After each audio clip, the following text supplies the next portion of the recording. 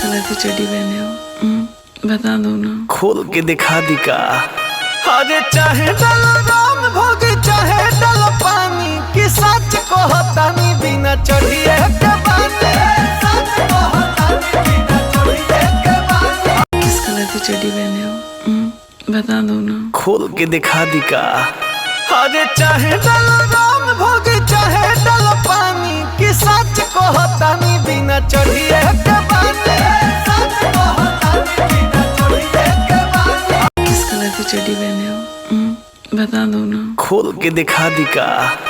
अरे चाहे डालो राम भोग चाहे डालो पानी कि सच को होतानी बिना चढ़िए के बानी। सच को होतानी बिना चढ़िए के बानी। किस कलर की चड्डी पहने हो? बता दो ना। खोल के दिखा दी का। अरे चाहे डालो राम भोग चाहे डालो